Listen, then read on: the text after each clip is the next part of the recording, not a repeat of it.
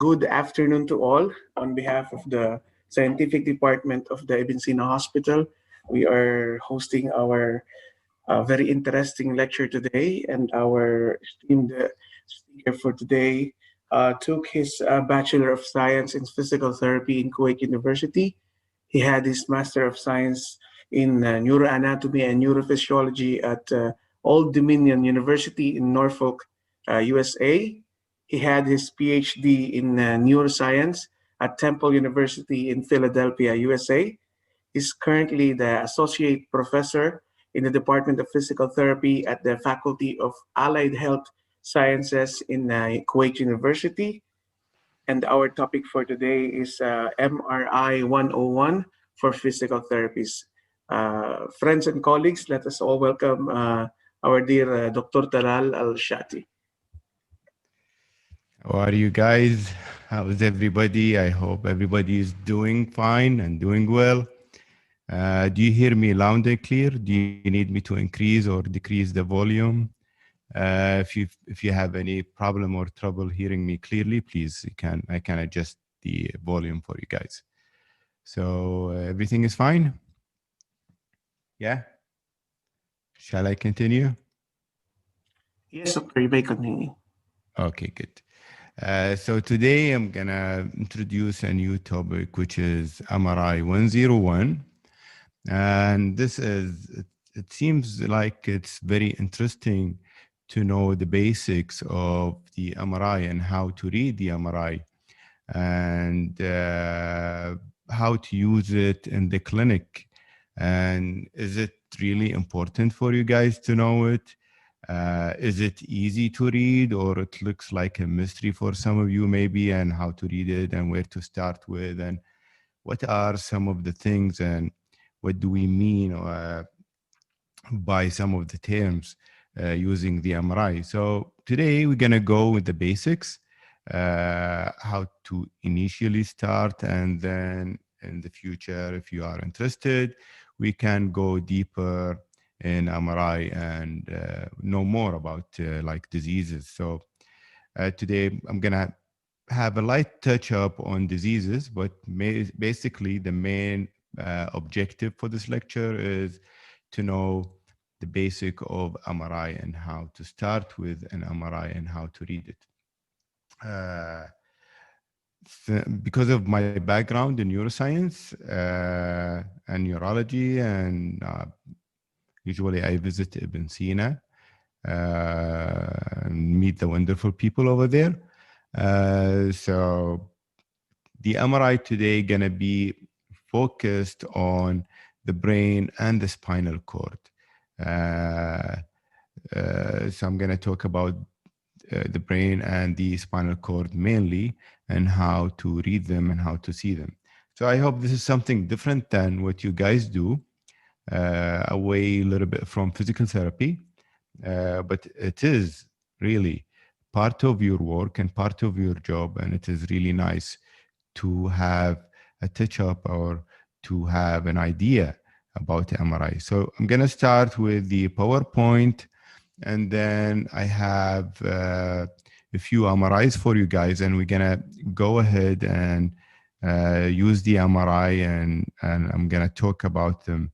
So we're going to see the presentation first, about 10 slides to put you on the track, and then we're going to move and jump into MRI.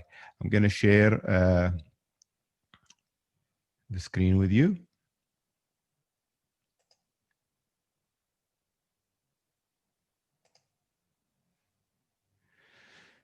Do you guys see it?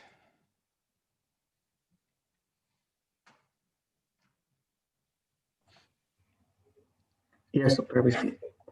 Okay. Okay, so this is MRI 101 for physical therapy. Let's talk about MRI and physical therapy in general. So can a physical therapist request MRI? Can physical therapists use the MRI to diagnose patient? And why do physical therapists need to know the basics of MRI, at least in my opinion? About requesting an MRI, so according to the law in Kuwait, we cannot request an X-ray or an MRI or a lab test or anything like that. So if it is already done for the patient, then you have the opportunity to read those MRIs. Okay. Can a physical therapist use the MRI to diagnose? We are not allowed to diagnose at the beginning in Kuwait or in many countries abroad. Even in the United States, most of the states, they don't allow physical therapists to diagnose, but the number of states now increasing to allow physical therapy therapists to diagnose patients. So it's very helpful when you get a referral, like pain or numbness in the lower limb or something without a proper diagnosis, you're gonna seek for a diagnosis. You're gonna go for the MRI and the lab test you have to look for a real diagnosis, which can help you in your treatment, in fact. So I think it's very important for you guys. Why do physical therapists need to know the basics of MRI? At least when you have a glimpse at it, when you look at an MRI, you know where are you exactly and what are you looking at and how to navigate in the MRI and how to look for the main point and the main issues and do it. Okay, so I'm gonna go next. Next is abnormal findings are sometimes normal. This is a very common saying in MRI. Sometimes patients without any signs and symptoms show abnormalities in MRIs. So when a patient go for something and they do the MRI and they say, oh, you have multiple discs, for example, herniation. Oh, you have this. Oh, you have that in MRI. That doesn't mean this patient is abnormal. Okay. We have abnormalities, but we are living a symptom free life. So I think this is normal for human being, even people in their 20s. And some studies, they said about 70 or 60% of people in their 20s, they have disc problems and herniation in their neck due, due to the bad posture, due to the smartphones we're using, computer we're using. So in their 20s, 60, 70% of those people, they have abnormalities, but they don't show any sign and symptoms. So we say it's abnormal findings, sometimes abnormal, acceptable. Since the patient, if it's not broken, don't fix it. Okay, guys? So osteophytes, decreased disc space, arthritis, increased signal intensity, meningeal thickness, infarctions, hyper intense lesions, and many more. And a lot of terms you hear in MRI or you read in MRI reports. And let's look at them and see what are they exactly. So let's start with history first. Uh, Raymond, Dr. Raymond, in 1969, he discovered the or invented the MRI. Okay. And in 1977, it was the first patient that used MRI on to diagnose cancer. And as you see, this is the first MRI machine, and the patient used uh, to sit inside. Where these are the legs in here, and the upper limb, and the head. Okay, so the patient sits inside the MRI like this with the coil, and this is the coil here. Okay, and you have the magnet fields around him. So you have coils, and those coils is to pick up the signals from the molecules, and the magnet fields is used to arrange the molecules. So what molecules exactly we're looking for in here? Amazingly, water. Water is a major element in the body. Okay, and water is H2O, right? So H2O, we have hydrogen. And hydrogen in the periodic table, if you remember, if you recall, is the lightest. And it is present in every single tissue in the body. So like in brain, we have 73% water, heart 73, lungs 83% water, kidneys, muscles, bones, they have 31% water in it, skin. So water exists in all of these tissues, every single part of the body. And since hydrogen is part of water, so we're going to use hydrogen to pick up or to generate a signal. So by using a magnetic field, they rearrange the polarity, which is plus and minus of hydrogen. Okay. And then what they do basically, they trigger, they send a frequency, they hit those molecules, and those molecules start to shake. And when they shake, they emit frequencies, and we pick up those frequencies through the codes that I show you, and they translate those frequencies to image, and it's an amazing 3D image. Okay, so we hear the word Tesla, and Tesla is the unit that they use to measure those frequencies, okay, or the magnets. Okay, the magnet is measured by Tesla here. And how many Teslas? Okay, for MRI to be safe on patients. This is not radiation, okay? So MRI is very safe. We don't have any radiations like X-rays and stuff like that. So 1.5 to 3 Tesla is used for MRIs in clinic. And 3 Tesla is more accurate than 1.5. 1.5 pictures looks not that clear, and 3 Tesla looks very clear and nice. Of course, we have more than 3 Tesla MRIs, and sometimes they use the 3 more Teslas for research. But 3 is enough for us for clinical problem, okay, to figure out. And we have a magnetic fields around the Earth, right? And it is the MRI that we use, we generate a magnetic field around the human being 60,000 times stronger than the Earth magnet field. Okay, so it's very strong magnet. Okay, we have another term. We have something called T1 and T2. God, I'm missing slides.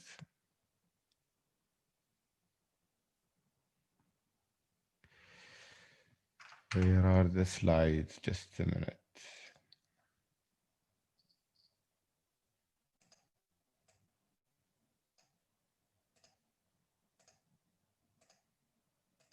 Okay, there's a slide missing in here. I don't know where it went, but no problem. Maybe underneath it.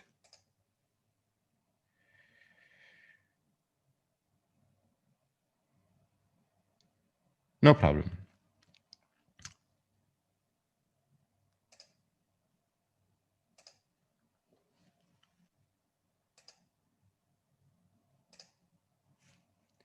Okay, do you see the slide again?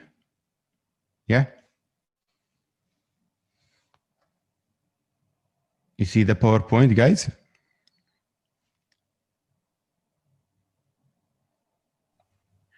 Yes, doctor, we see. Okay, good. So we have 2 things here. We have something called T1.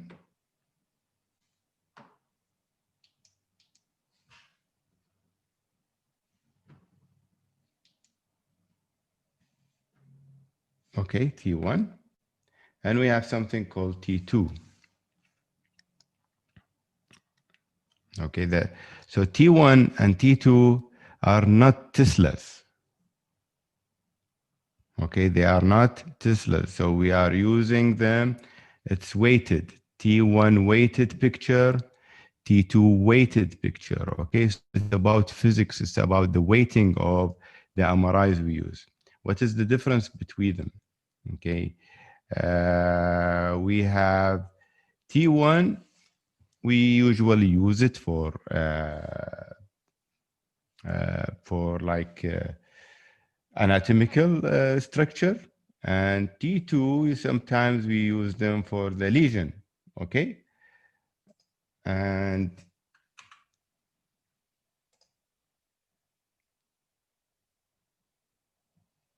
guys, okay, for the lesion, I don't know what's happening.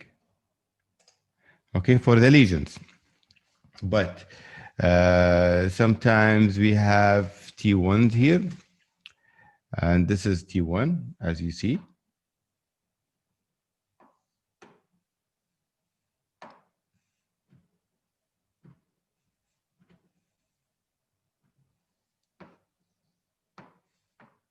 Okay.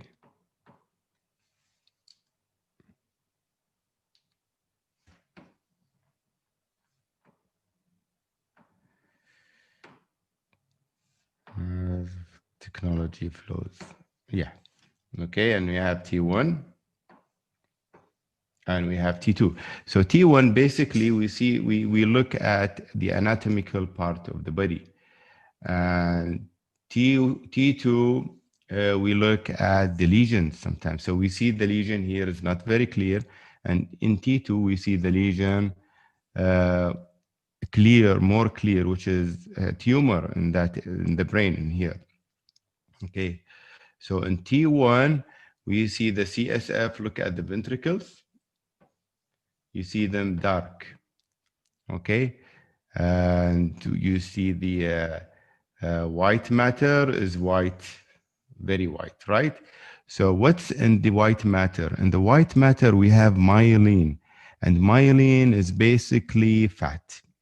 Okay. And in T1, T1 loves the fat and show the fat white and show the CSF, which is water, dark in color. But if we look at the other image here, the T2, and T2, we see the white matter is the fat looks dark, and the water, which is CSF in the ventricle, for example, looks white. So this is the difference, and we're gonna see more about those views in the coming slides, okay? And other than the T1 and T2 highlighted, we have gadolinium contrast. And gadolinium contrast, they usually inject the patient with gadolinium, which is a contrast, which is صبغة يعني, to improve the diagnostic accuracy and see more. So this is before contraction here. Okay. And this is with contrast. So as you see, we have a problem in here, and the problem is meningioma, and meningioma is not very clear before the contrast, right? And it is more clear when we use the contraction here. Okay, another important thing in MRI before we started, the plans. Okay, we have coronal plan, we have axial plan, and we have sagittal plan. Basically, those three plans we're gonna work with: coronal, sometimes they call it axial or horizontal, or transverse. So these three terms usually used: axial and horizontal and transverse. Those three are almost similar. And then we have the coronal, we have those, and we have the sagittal, okay, which is according to the brain.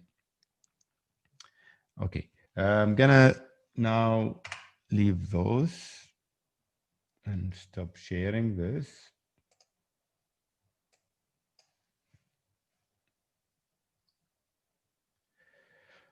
And I'm gonna share another screen.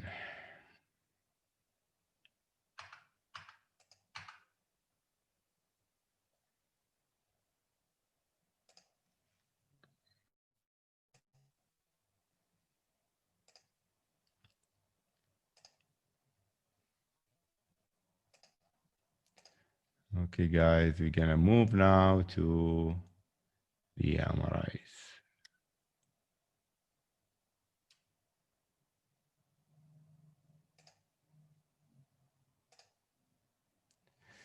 Do you see the screen in here?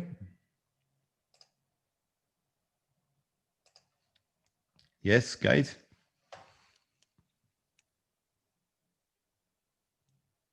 You see them?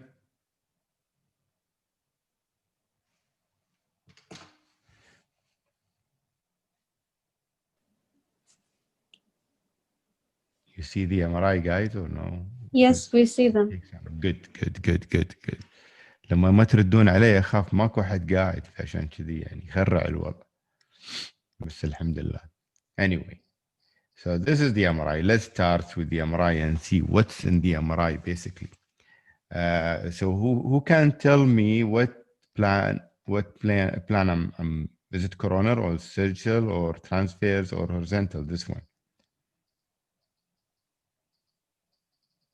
Transfers?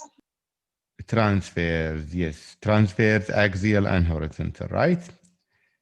So this is correct. And do you see it moving? I'm moving it. So do you see it fluently or there's a lag? Because should I go slower or?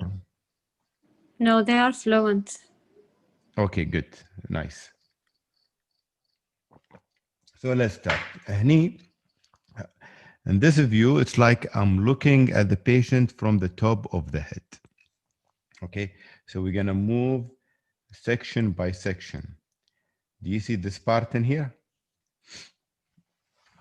There's a problem, right? Or does it show? Yes, doctor, we can see it. Yeah. So with this patient here, there's a problem here, which is a fracture of the skull, but discard the fracture of the skull for now. So let's go slide by slide. What's very important for us now is to look for our way in. So basically, I'm looking for the central sulcus, okay? And this is here, the central sulcus. It's the only sulcus that goes تقريبا all the way to the midline, okay? You see all the sulcus تقريبا to the midline. It's the only one. The others are not, they are facing other direction. So the central sulcus is very important for us to know. You see it in here? Okay, and why is it important? Because of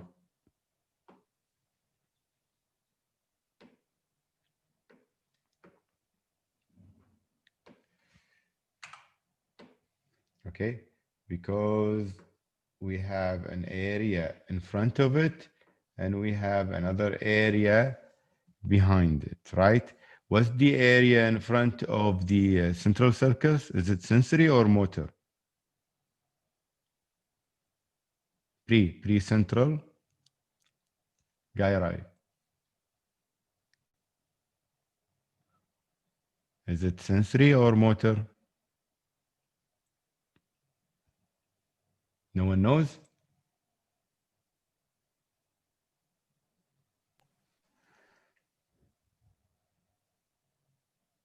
Any answers? Sorry, doctor. The area in front of the central sulcus, is it motor or sensory? Motor? This one. Motor or sensory? Somebody said motor?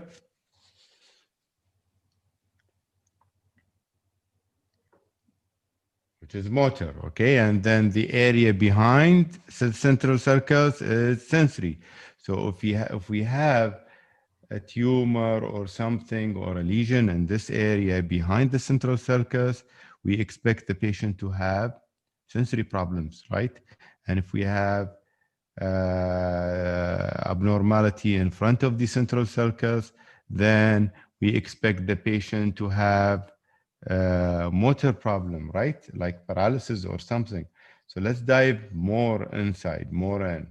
So what do we see now? We see the brain slide by slide, part by part, but this is, the view is not Very clear, right? So I'm gonna take another one, which is the T2, and T2 usually more clear than the T1. Okay. And by the way, sometimes we have T2, but you see inside the ventricle and you see it dark, not white. So you're gonna say, well, Dr. Talal said T2 likes water and inside the CSF it should be bright. Yes, صح. But they call it T2 flare.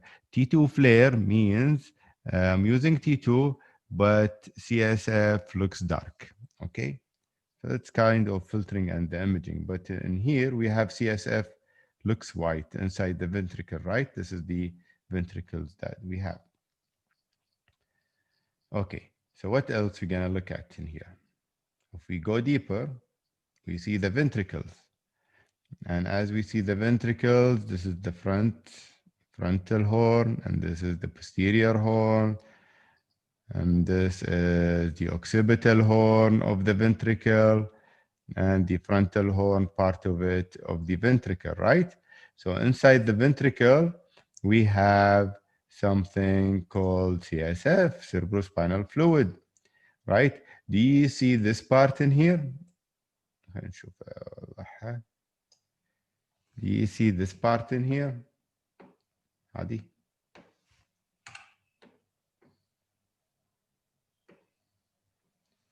هذيل الكورويدز plexus اللي they produce TSF. Okay, so the plexus in here produce CSF.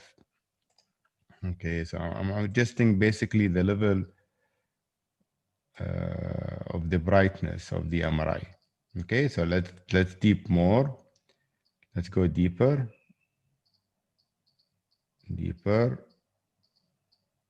And we reach this part in here. So in this part in here, it's very interesting. We have this structure over here. So what is this structure? Anybody knows? Any Basal idea? ganglia? This is the thalamus. Okay. And the basal ganglia, you didn't go far. This is the basal ganglia in here. Okay. And the basal ganglia in front of the thalamus, and in between we have the internal capsule, right? So the internal capsule looks like this. صح؟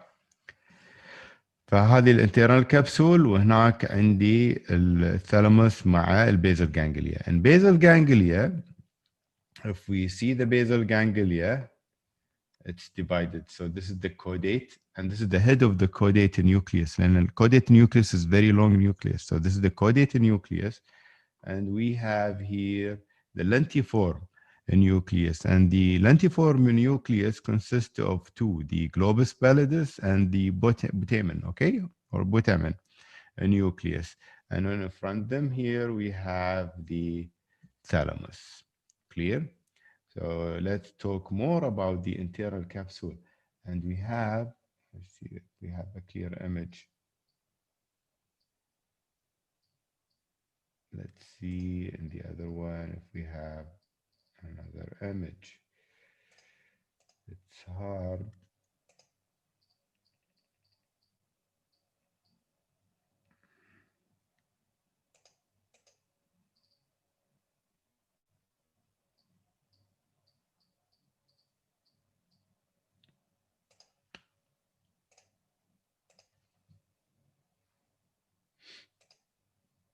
Let's use this image, which is fine for me.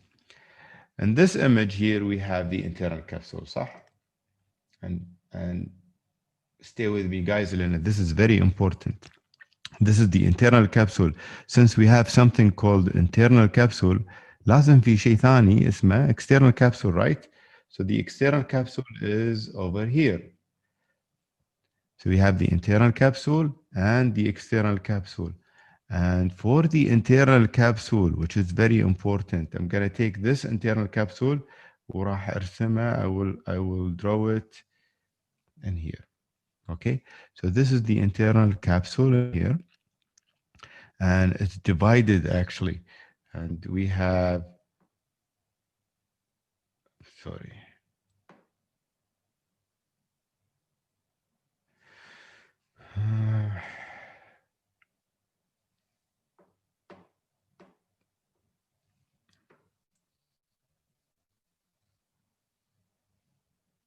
Have the internal capsule and this part in the ما ادري ايش فيه هذا ويروح.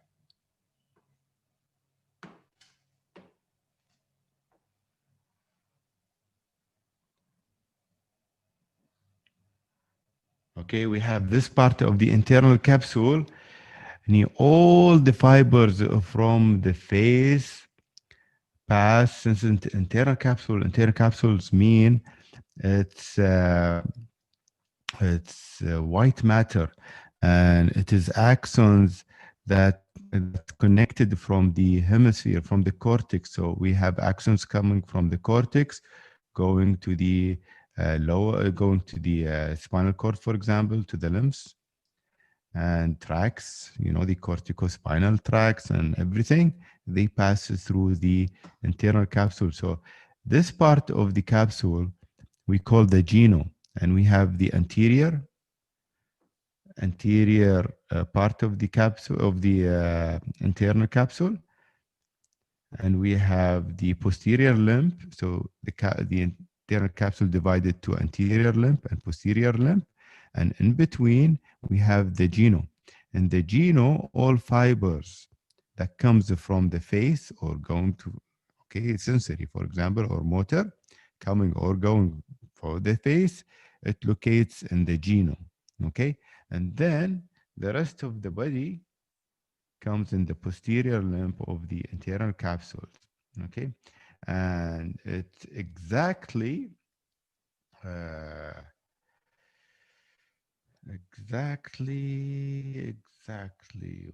is it?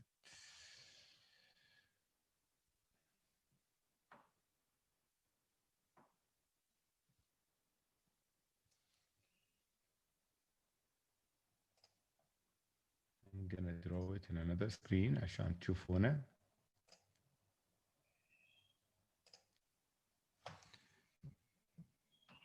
Okay, so let's go with the internal capsule. So this is the internal capsule in here. Okay, and we have the anterior limb and the posterior limb of the internal capsule, and this part is the genome. And all we said all facial output and input go through this part, and we have this part in here for the rest of the body. So this is the upper part of the body. We have the trunk and we have the limbs. So fibers coming from the axial, sorry, the A is for axial. Okay, so this is axial. And then the T for trunk. And L for limbs. Okay, and F for face.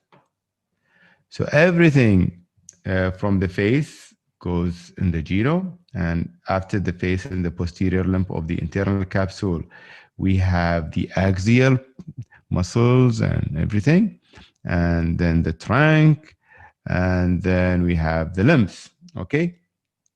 So this is the internal capsule. So if we have any infarctions in the internal capsule, it depends. Where is it exactly? Is it at the genome? We have facial problem. Is it the distal part of the posterior limb? Then we're going to have lower limb more than, the limbs more than trunk and axial. Is it in the middle? Then we're going to have axial more than limbs and facial. Okay, guys? So it depends where the infarction is, and I'm gonna show you more slides later on for that. Okay, so I'm gonna share screen again.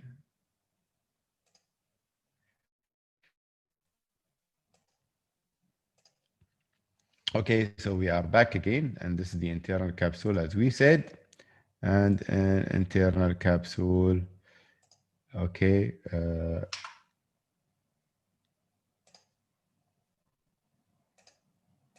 And in internal capsule, we have the connection. So again, this is the thalamus, this is the lentiform, and this is the caudate nucleus. So let's dive further down. And you will see something amazing in here. Guys, look at those beautiful features. Now you're gonna see it very clear. Do you see those dots in here? You see them? This is the internal carotid, the arteries. You see them round? This is one. This is the left internal carotid, and this is the right internal carotid. If you follow the internal carotid all the way up, amazingly, you're gonna see the middle cerebral artery. So this is middle cerebral artery going left and right. You see it? If you have any question, you can pause me and ask, okay? So this is the middle cerebral artery, beautiful, showing the MRI in here. And another amazing structure, look at the dot, this dot over here, okay? And this is basilar artery, which is coming from what? Vertebral artery, right? And we see the vertebral artery climbing up, up, up. They are on the sides to form the basilar artery. Okay, so this is the basilar artery coming from the vertebral artery, and then we have the internal carotid in here, and we have the left and right middle cerebral artery, and if we go out up more, not in here, lower, a little bit lower, we see the anterior cerebral artery. So we have anterior cerebral artery in here, higher level than the what? Than the middle cerebral artery. Okay? And then there's the basilar in here. And if we go higher a little bit, what do we see? We see the posterior cerebral artery. Okay? We see the posterior cerebral artery very clear. See? Okay, so those arteries, amazingly, they look very nice. They look the shape of them, and almost in all MRI, you can see them and you can define them. Okay, so this is the basilar artery, and we have the carotids, internal carotids in here. Okay, so this is very good feature to locate, and if we have a problem in that area or a blockage, then you know what exactly going on. Okay, what else is important in this view? Okay, another thing important. Now we can differentiate between loops. So where is the anterior loop and where is the temporal loop? And we have the fissure, and this is the fissure in here, and this is the temporal loop of the brain, and everything above and in front of this fissure we call the anterior loop. So that is the anterior loop. Okay, so we located the central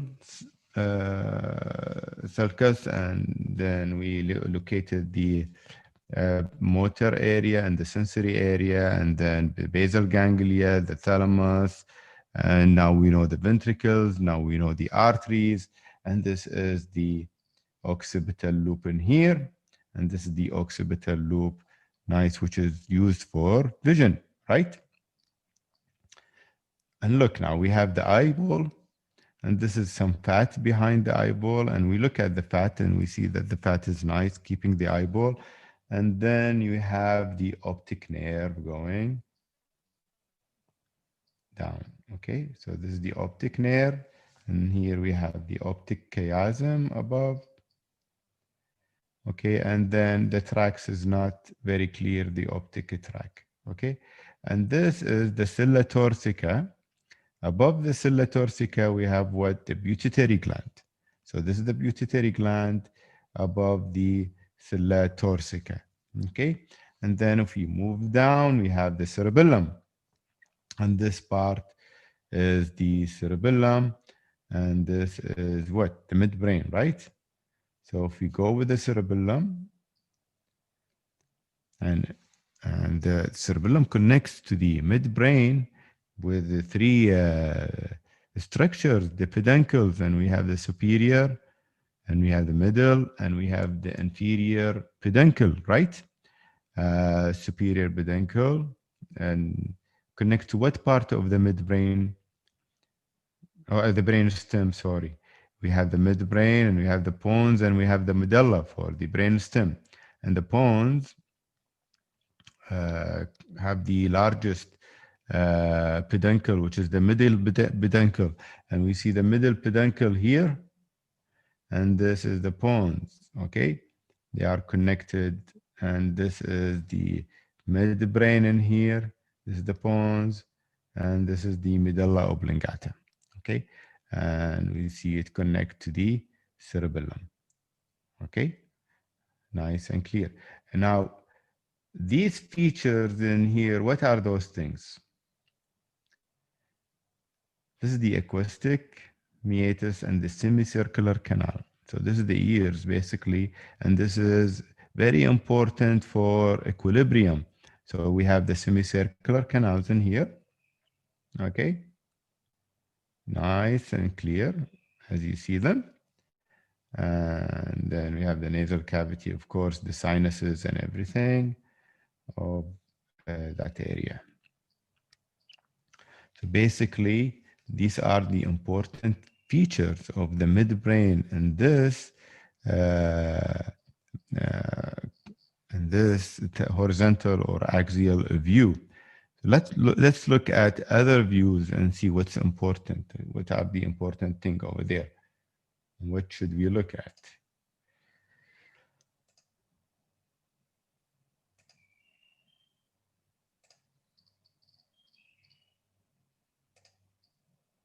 Okay. Let's look at the what view is this?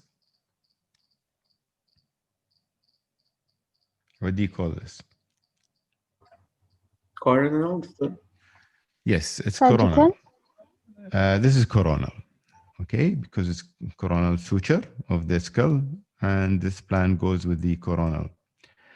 As we can see, we are looking at the patient from the front, and we have the eyes, and this is the eye here, the eyeball, okay? So if we go behind the eye, do you see those? This is the muscles that connects to the eyeball, and those muscles moves the eyes, okay, the obliques, and you know the eye muscles, okay, the four parts in here.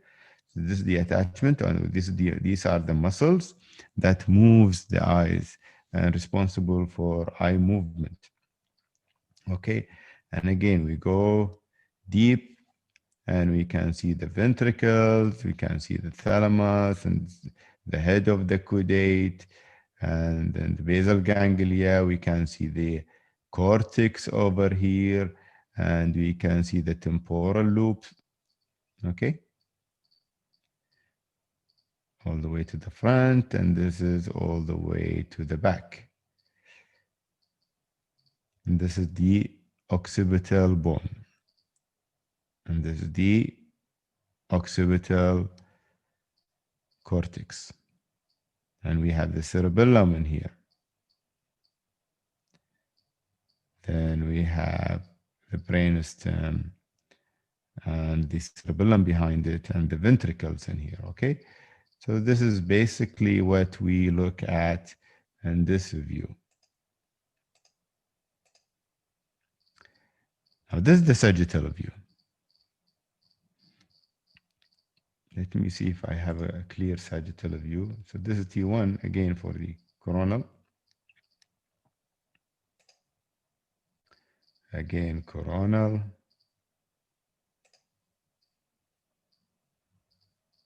Again, coronal. God, where is the sagittal? Coronal. This is the only sagittal we have? No.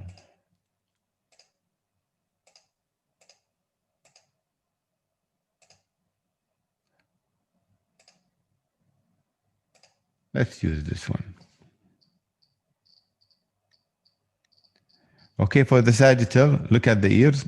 We go from the ear all the way deeper and deeper inside, slide by slide. And this is not, I agree with you, not very clear, but let's talk about it and see. Okay, so this is the cortex. So we have the cortex. We have cerebellum, and we have the brain stem, and we have this is the midbrain in here. And this is the pons, and this is the medulla. Okay, and we have the corpus callosum, and we have the ventricle in here, and this is the pituitary gland. Okay, it's very clear. And this is the tongue, of course, tongue, and this is the nose, the cavity, and the sinuses. It's all over here. Okay, what else do we see? Do you recognize this part?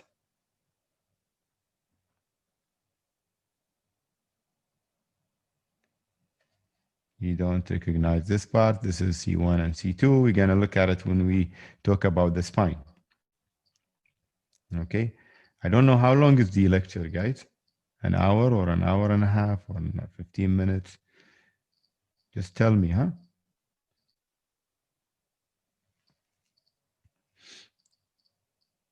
Okay, so this is the tentorial. We call them supratentorial and infratentorial, which separates the separate the cortex from the cerebellum. Okay, and you can see CSF all over the area. CSF is around the brain, around the spinal cord, it's everywhere. Oh yeah, we have a good view in here. Yeah, this is nice. Okay, so again, this is the cerebellum, which is very clear. And we have this is the pons, this is the midbrain, and this is the medulla oblongata. And we have the corpus callosum, and here. Okay, and then you notice we have a problem in here. Do you know what is this? Anybody knows what is this? Hematoma and the frontal. صح. Because this is T2 and T2 loves water and fluids, so it's showing the blood in very white color, and this is hematoma or collection of blood in this area in here in the frontal lobe. صح. Okay, and again we see the eye really nice, and look at the muscles of the eyes. And basically, this is the sagittal. Okay, so you apply the sagittal. Of course, you have the sulcus, and you have the pre and the post for the motor and sensory. And then you have the occipital in here. And you go, this is the temporal loop.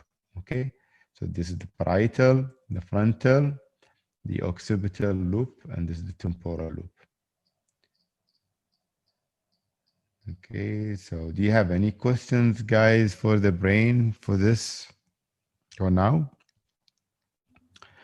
I hope it was clear and you enjoyed this. It's a basics and information for you guys to navigate through the brain of the MRI, right? Should I move to the spine? Yes, sir, you can move to the spine. Okay. How many minutes is the lecture? Actually, we said 2 hours, doctor, but remember the lecture is scheduled for 2 hours, but You can go even below that, Ashan. Most people will go home. Yeah, exactly. Because I thought it's an hour and a half, Yeah, basically. around so you I can. timed it like this. Yeah. Mhm. Okay. So let's go to another MRI in here. And this is normal brain. Very nice. Let's go to the spine.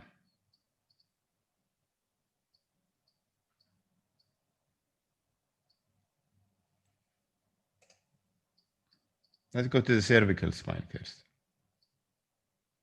Okay. Now, what do we have here? Again, this is the cerebellum, and this is the medulla oblongata, and then the spinal cord starts, right? What is this white part in here behind? And this is the behind the patient. This is the back of the patient, right? And this is all in white, and this is fat. It's basically the skin with the fat underneath it. And then we have the structure over here. Do you know what is this? This process. Transfer spinous process. Yeah, you're right. Transfers process, and this is the body of the. So this is like normal X-ray, right? And we have intervertebral disc in here, and we have the spinal cord, and we have the CSF, for example, in here. But this is not very normal. This is thick, so there is an edema in the spinal cord a little bit. And this is the spinal cord itself. And we have those patches. Do you know what are those patches?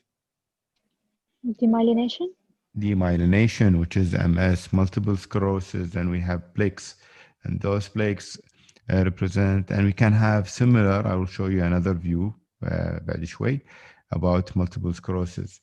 Okay, so in this view, we can see them, and we can navigate to the muscles. Those are the muscles, paraspinal muscles, and this is the spine's process over here. And we have the body of the vertebra and the spinal cord in here. Okay, which is nice. Let's go to another view.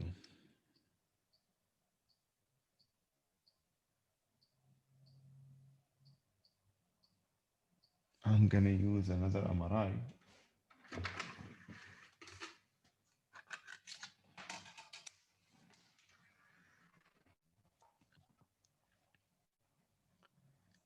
Share that screen with you.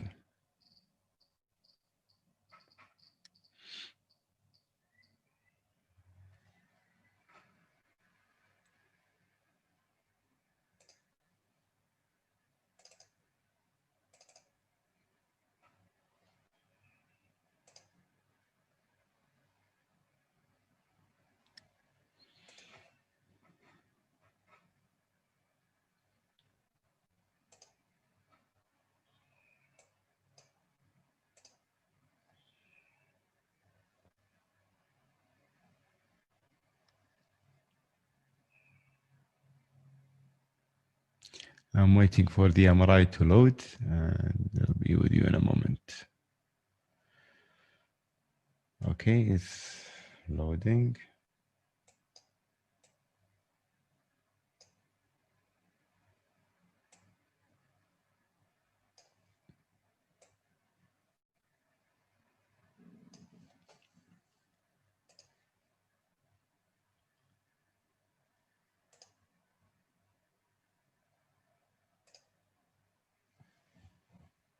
Okay, do you see it?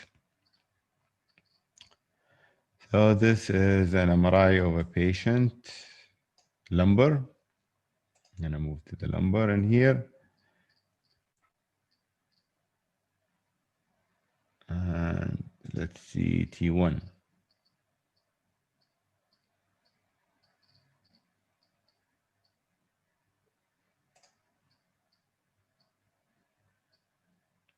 This is T2.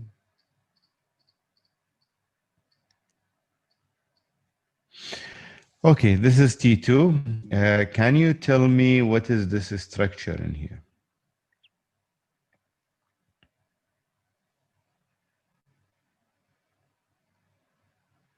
Why in the spinal cord we have something white and something dark? This is the spinal canal. Any idea?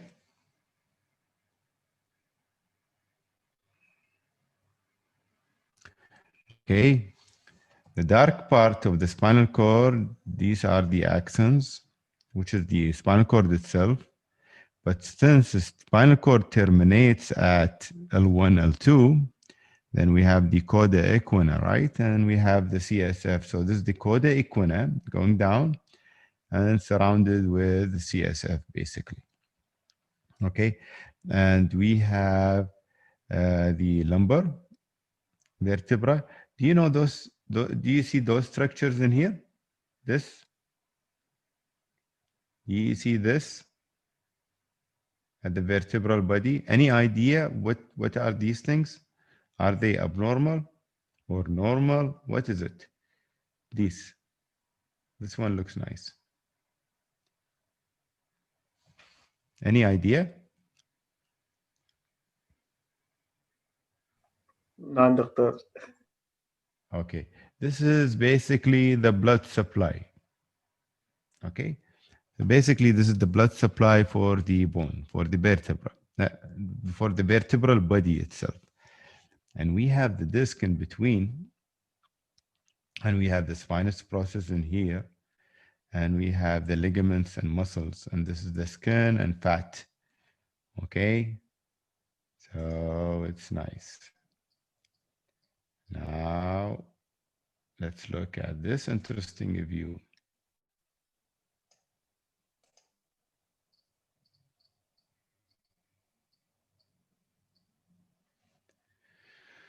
I like T2 more because it shows better.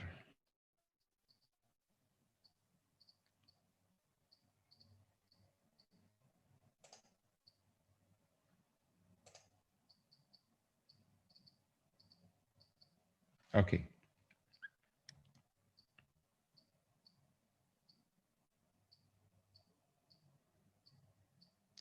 Interesting. Now, what is this part? This is the vertebral body. Okay. And we have the paraspinal muscles at the sides. And we have the spinal cord in here, right?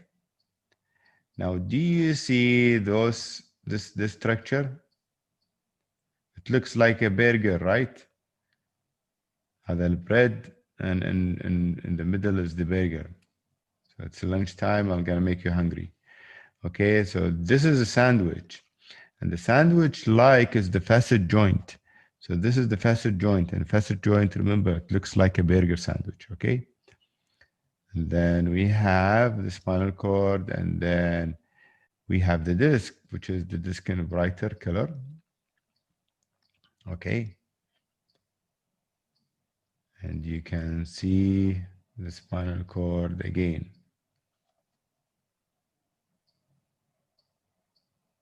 Okay, you can see a beautiful facet joint. Do you see the facet joint in here?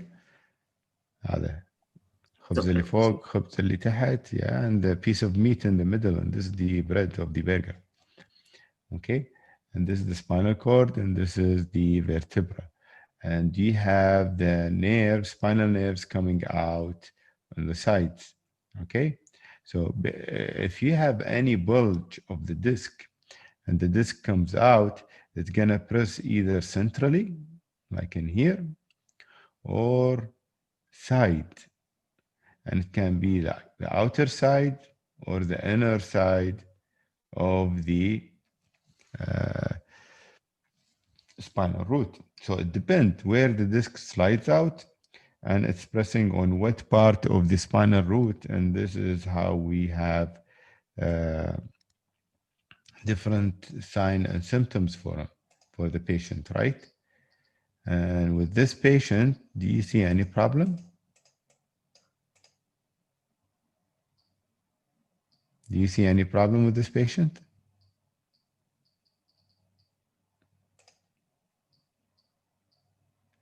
Yeah, we have a bulge in here. And what is this vertebra? Which one?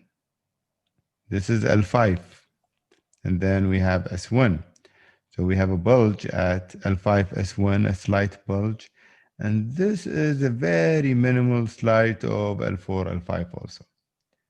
Look, it shows here clearly that there is another bulge in here.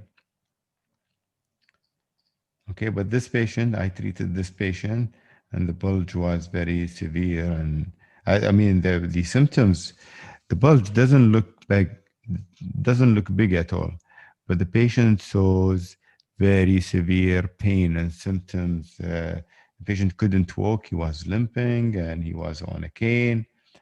Amazingly, when I saw the bulge, it was really nothing. Some people have a bigger bulge than this and they are symptomless. They cannot feel anything. Okay. So this is the bulge in here. You can see it, and it was really tough for this patient. So basically, this is what we're looking at. And here,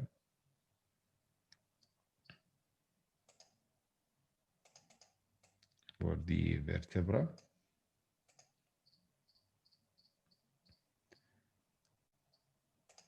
The brain is more difficult to look at, more structured we have, but here we don't have much.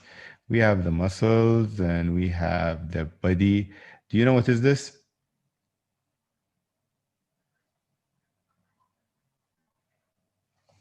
It's an artery and the veins. They look like this, right?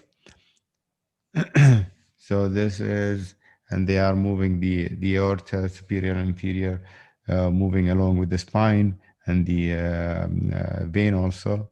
So it looks, this is the blood vessels that looks like this, hollow and dark. Okay, and it's dark because I'm using T1 in here. And this is the spinal cord, and these are the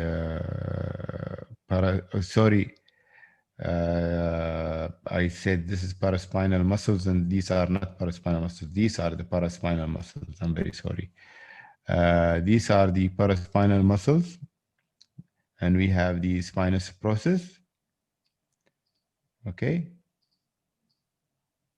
And then we have the transverse process in here, and the paraspinal muscles attached to the spine and the spinous process, and these are the firm paraspinal muscles. Okay.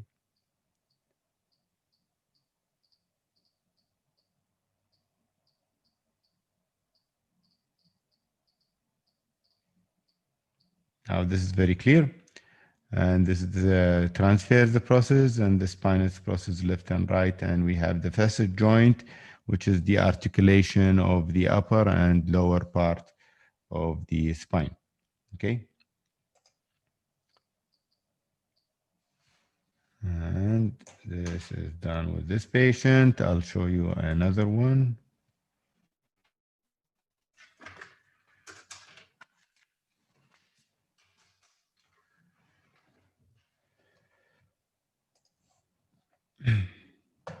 I'm loading the other CD for the spine.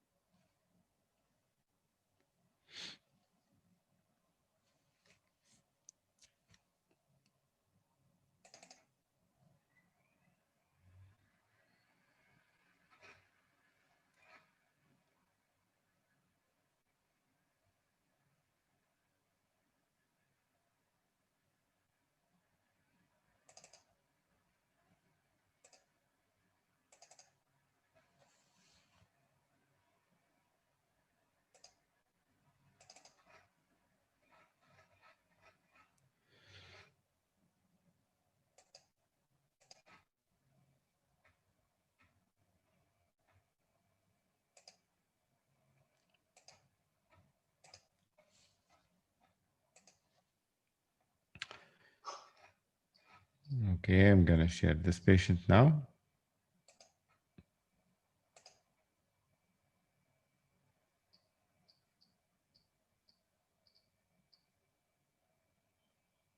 This is a young male patient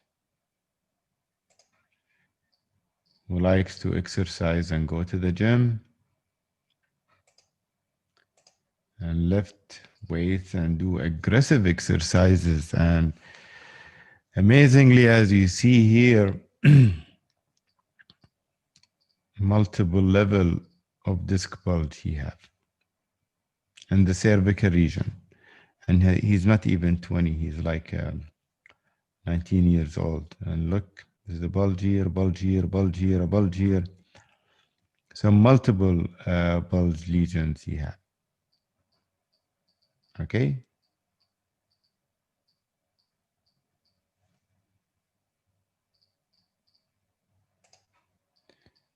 And this is the brain.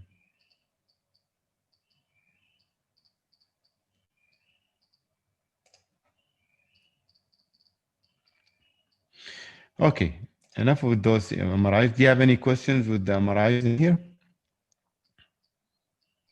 So far, so good, doctor. Good. So let's finalize it with some cases and then we're gonna end in like 10 minutes. Going back to the PowerPoint.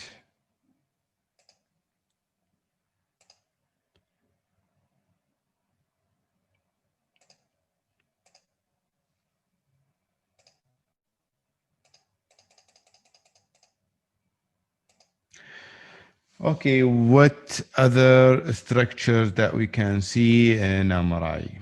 For the brain, it's the blood vessels or blood supply, right? So normal MRA for arteries of the brain, and we have the internal carotids as we saw them in the MRI, remember? And the basilar, so they are very close. And then we have the middle and anterior cerebral artery, and then we have the posterior cerebral artery. And here we have the two vertebral arteries.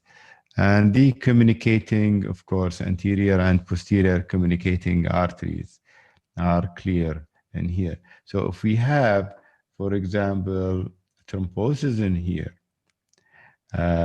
those arteries will disappear. It will not look like this. It will look black. Okay? They will all go away. Okay, let's look at this MRI in here. As you see, it's in the brain. And she has a stroke, and this is hemiplegic, right? And you see half of the face, there is asymmetry, right? See the magnitude of the lesion in those two parts. The E is bigger than the F.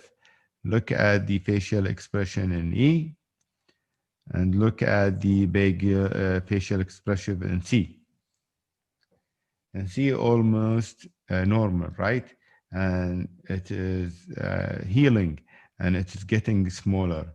So we see the difference between the lesions.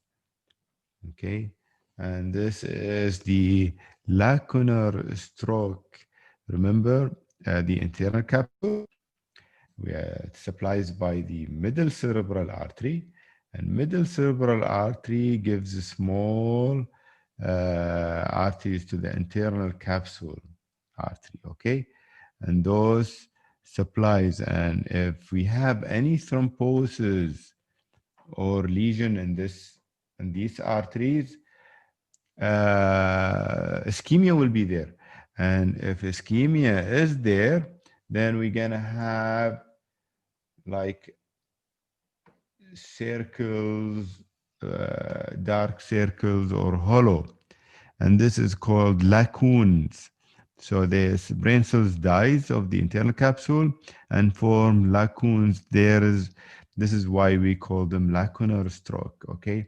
And if the internal capsule is damaged, then fibers or like corticospinal tracts and other tracts cannot travel from the cortex to the spinal cord or from the spinal cord to the cortex. So information cannot go back and forth, and then we're gonna have like sensory problem and motor problem in this place, okay? And this is hemorrhage, okay? So they dissected the brain, and you can see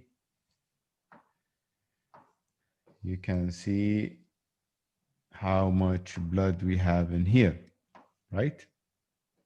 هذا كله blood.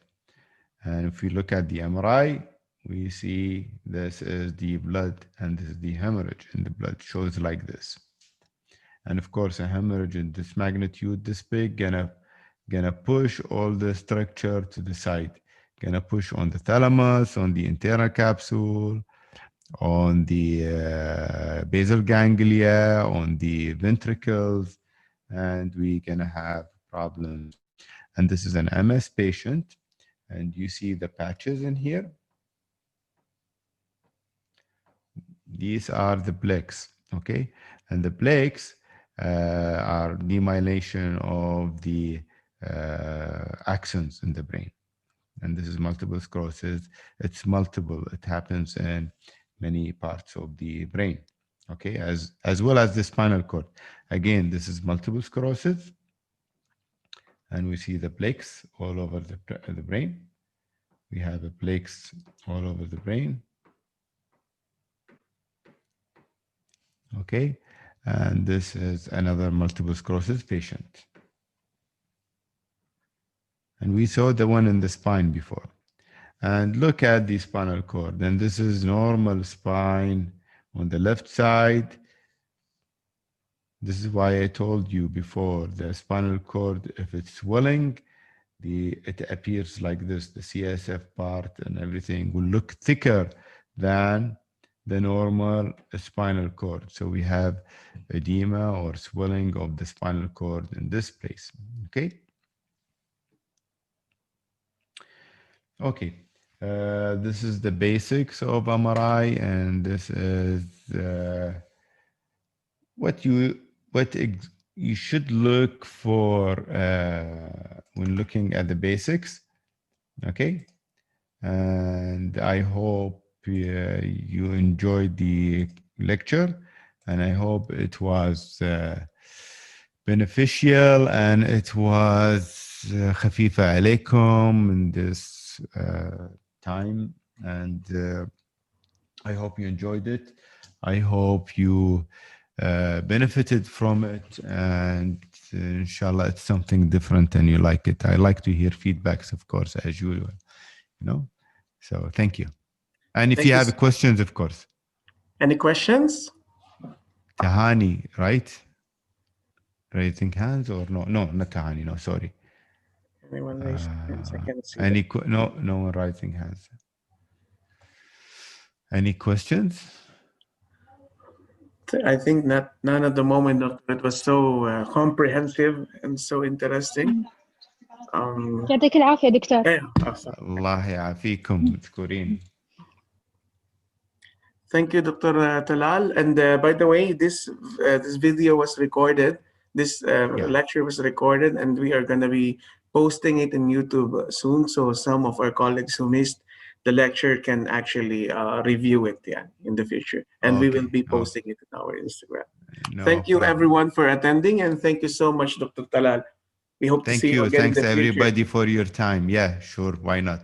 For more collaboration, of course. Thank you. Thank you. Have a nice lunch. Enjoy your day.